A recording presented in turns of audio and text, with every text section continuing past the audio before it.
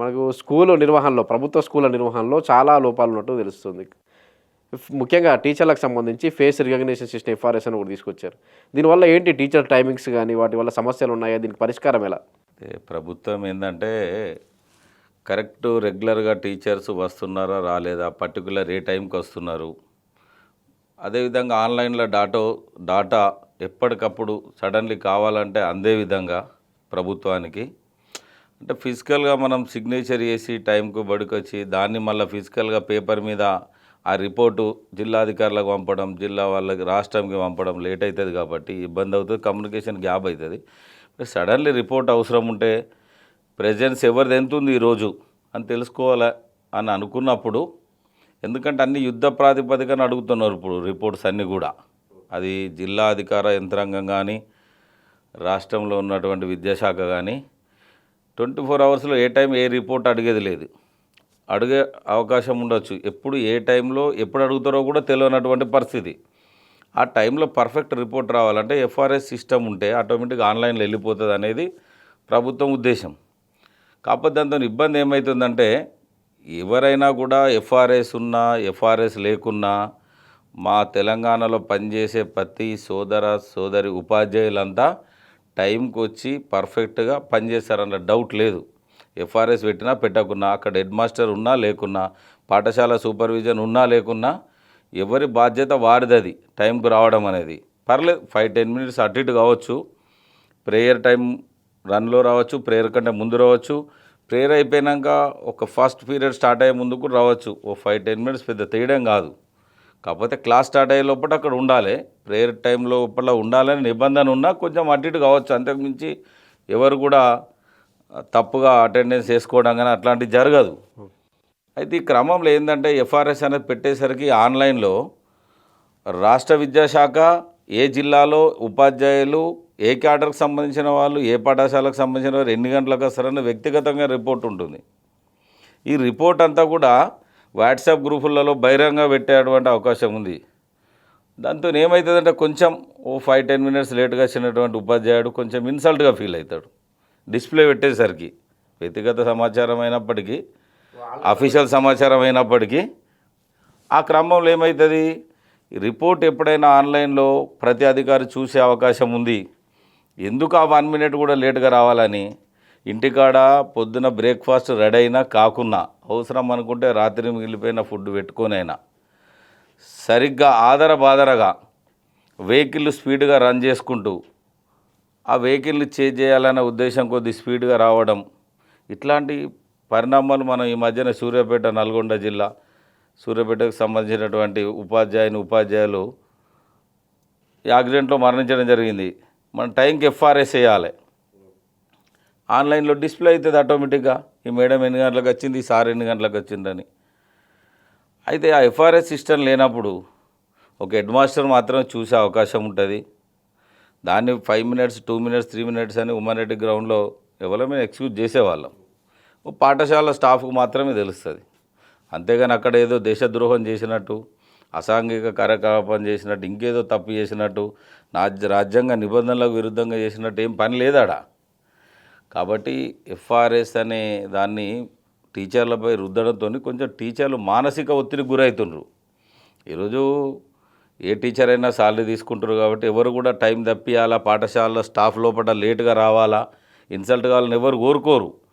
ఏదో ఒక రోజు అనుకోకుండా టైర్ పంచర్ అవుతుంది, కార్ టైర్ పంచర్ అవుతుంది, ఇంటికాడ సంథింగ్ అన్హెల్దీ ప్రాబ్లం, ఏదో సమస్యతో 1-2-3 మినిట్స్ లేట్ కావచ్చు. కాకపోతే నేను అందరితో ఈక్వల్గా స్కూల్కి పర్ఫెక్ట్ టైంకి ఉండాలని బాధతో మానసిక ఒత్తిడితో ఇట్లా యాక్సిడెంట్ అయ్యి చనిపోయేటువంటి పరిస్థితి వస్తుంది. కాబట్టి ప్రభుత్వం దాని గురించి పునరాలోచించితే బాగుంటుందని మా ఆలోచన. టీచర్లు అనేవాళ్ళు మరి ముందు రావాలి కదా, స్కూల్కి టైంకి రావాలి అంటే దానికంటే ముందే లేచి రెడీ అవ్వడం ఇట్లాంటివి చేసుకోవచ్చు కదా. ప్రతిరోజు వస్తారు, ఏదో ఒక రోజు మిస్టేక్ జరగచ్చు. ప్రతిరోజు ఇప్పుడు మనమే 6 o'clock అలారం పెట్టుకుంటాం. అలారం మోగినా మనకున్నటువంటి కొన్ని పరిస్థితుల్లో 6:05కి లేవచ్చు, 6:10కి లేవచ్చు, 5:10 మినిట్స్ ముందుకు లేవచ్చు. మార్గమధ్యంలో ఏదైనా ఇన్సిడెంట్ జరగచ్చు, అనుకోకుండా ఏదైనా ఎమర్జెన్సీ పని వాడవచ్చు, ఎమర్జెన్సీ ఫోన్ కాల్ రావచ్చు. వాంటెళ్ళు ఎవరు లేట్ చేయరు. టీచర్ యొక్క రెస్పాన్సిబిలిటీ టైంకి స్కూల్కి రావడం అనేది. కొన్ని అనుకోని పరిస్థితుల్లో మాత్రం జరుగుతుంది. ఇంకా లేట్ అయితే మాత్రం ఆటోమేటిక్గా సార్లు హాఫ్ డే వేసుకుంటారు. ఏ టీచర్ ఏ హెడ్ మాస్టర్ అయినా ఊకోడు లేట్గా వస్తే. హాఫ్ డే సీఎల్ వేసుకుంటాడు మార్నింగ్ లేట్ వస్తే. ప్లస్ ప్రతి ఒక్క సూపర్విజన్ పెరిగింది. హెడ్ మాస్టర్ గారు, స్కూల్ కాంప్లెక్స్ హెడ్ మాస్టర్, సిఆర్పీలు ఉన్నారు, వ్యవస్థ ఉన్నది. తర్వాత జిల్లా విద్యాధికారులు కూడా సూపర్విజన్ ఎక్కువ పర్యవేక్షణ అనేది పెరిగింది పాఠశాలలో. పెరిగినప్పుడు ఇంకా పెరగకుండా మా బాధ్యత చేస్తాం. కాకపోతే తప్పు చేసే అవకాశం ఉంది లేదు, లేటుగా వచ్చేటువంటి అవకాశం అసలే లేదు, అనుకోని పరిస్థితుల్లో తప్ప. మీరు చెప్పండి, పిఆర్సీ డిమాండ్ ఎప్పటి నుంచో ఉంది. ఏంటి అసలు పిఆర్సీకి సంబంధించి డిమాండ్ ఎప్పటి నుంచో వినిపిస్తున్నా కానీ పిఆర్సీ బకాయిలు అలాగే ఉంది? ముందుగా మీకు నమస్కారం అండి. నిజానికి కూడా ఉపాధ్యాయులు రెండు రకాలైనటువంటి ప్రాబ్లమ్స్ని ఎదుర్కొంటున్నారు. ఒకటి ముఖ్యంగా ఆర్థికపరమైనటువంటి అంశాలు చాలా ఉన్నాయి. ఆర్థికేతరపరమైనటువంటి అంశాలను పక్క పెడదాం. మీరు ఇప్పుడు పిఆర్సీకి సంబంధించినటువంటి విషయం గురించి అడిగారు. పిఆర్సీ అనేటువంటిది ఇప్పటి వరకు 26 నెలల పాటు జాప్యం జరిగింది. అంటే దాదాపు 2023 జూలై నాటికి కొత్త పిఆర్సీ ఇంప్లిమెంటేషన్ కావాల్సి ఉండే. జూలైలో కావాల్సినటువంటి 23లో కావాల్సినటువంటి పిఆర్సీ, దానికి పిఆర్సీ కమిటీ వేయగానే ఐఆర్ ఇవ్వాలి. ఐఆర్ కూడా లేట్గానే ఇచ్చారు. నవంబర్ 2023 5% ఐఆర్ను ప్రకటించడం జరిగింది. అప్పటి నుంచి ఇప్పటి వరకు సాధారణంగా దాదాపు ఒక సాధారణమైనటువంటి జీతం ఉన్నటువంటి ఉపాధ్యాయుడు, ఉద్యోగి కూడా ఆర్థికంగా తీవ్రమైనటువంటి నష్టానికి గురయ్యేటువంటి పరిస్థితి అనేటువంటిది ఉంది. జనరల్గా ఆర్థికపరమైనటువంటి అంశాలు అన్నీ కూడా ప్రభుత్వం ఒక యజమానిగా తనకు రావాల్సినటువంటి వాటిని సకాలంలో చెల్లిస్తే తను కూడా మానసికంగా మంచిగా ఉండి ఎక్కువ పని చేయడానికి అవకాశం అనేటువంటిది ఉంటుంది. ప్రభుత్వం దీన్ని ఈ విధంగా ఆలోచన చేయకుండా ప్రతిసారి అసలు ఎప్పుడో రిపోర్టింగ్ టైం అయిపోయింది, నివేదికను బహిర్గతం చేయాల్సినటువంటి టైం అయిపోయింది, అయినా కూడా అంటే 26 months అని దాదాపు 2 years పైన దాటిపోతుంది. ఇంకా కూడా దానికి ఎప్పుడు వస్తారనేటువంటి ఆలోచన కూడా ప్రభుత్వము లేదు.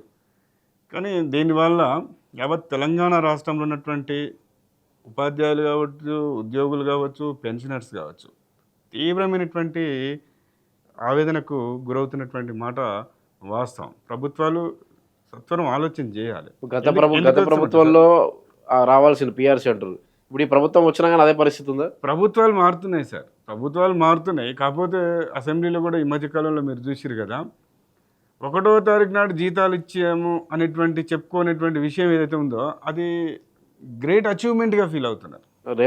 సీఎం రేవంత్ చాలా సందర్భాలు అసెంబ్లీలో బహిరంగ సభలో 1వ తారీఖు జీతం ఇస్తున్నాం. లక్షలోపు ఉన్నటువంటి అనేకమైనటువంటి బిల్లులు కావచ్చు, డిఏకి సంబంధించినటువంటి పెండింగ్స్ కావచ్చు, దాదాపు అండి గత ప్రభుత్వంలో ఉన్నటువంటి పాలకులు ఏం చెప్పారు, సెంట్రల్తో సమానమైనటువంటి పిఆర్సీ ఇస్తామని చెప్పారు.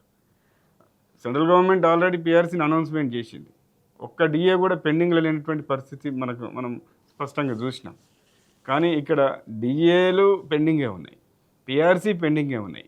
నిజానికి ఇవి రెండు కలుపుకొని ఉంటే తీవ్రమైనటువంటి అసలు ఉద్యోగం చేసినటువంటి సాటిస్ఫాక్షన్ అనేటువంటిది లేనటువంటి పరిస్థితిలో ఉపాధ్యాయులు అనేటువంటిది ఆవేదన వ్యక్తం చేస్తున్నారు. ప్రభుత్వం మారింది, వీళ్ళన్నా కాస్త మెరుగైనటువంటి ఆలోచన ధోరణి ఉంటారు ఆర్థికపరమైనటువంటి విషయాల్లో అనుకున్నాం. నిజానికి కూడా ఈ ప్రభుత్వాలు కూడా ఉద్యోగులను సంతృప్తిపరచడంలో విఫలమైనాయని చెప్పేసి నేనైతే భావిస్తున్నాను. వెంటనే ఇప్పటికైనా పిఆర్సీ నివేదిక రిపోర్టును ఇంకా గవర్నమెంట్ తెప్పించుకోలేదు, రిపోర్ట్ను అమలుపరచడానికి ఇంకా ఎంతకాలం పడుతుంది అనేటువంటిది కూడా లేదు.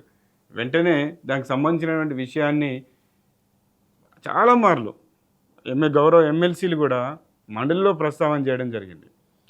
గౌరవ శాసనసభ్యులు కూడా అనేక మార్లు, మేము కూడా చాలా మార్లు ఉద్యమ కార్యాచరణను ప్రకటించాం. మండల స్థాయి నుంచి జిల్లా స్థాయిలో కావచ్చు, డివిజన్ కేంద్రాల్లో కావచ్చు, రాష్ట్ర స్థాయిలో కూడా ఆర్థికపరమైనటువంటి అంశాల గురించి, పెండింగ్కి సంబంధించినటువంటి బిల్లుల గురించి అనేక మార్లు ప్రభుత్వాన్ని ప్రాతినిధ్యాల రూపంలో కాదు, ఉద్యమ రూపంలో ఇచ్చినా కూడా ఎలాంటి ఇక ప్రభుత్వాలు అసలు పట్టించుకున్నటువంటి పరిస్థితి ఉండడం ఇది మంచి పరిణామం కాదేమో అని చెప్పేసి మాకు అనిపిస్తుంది.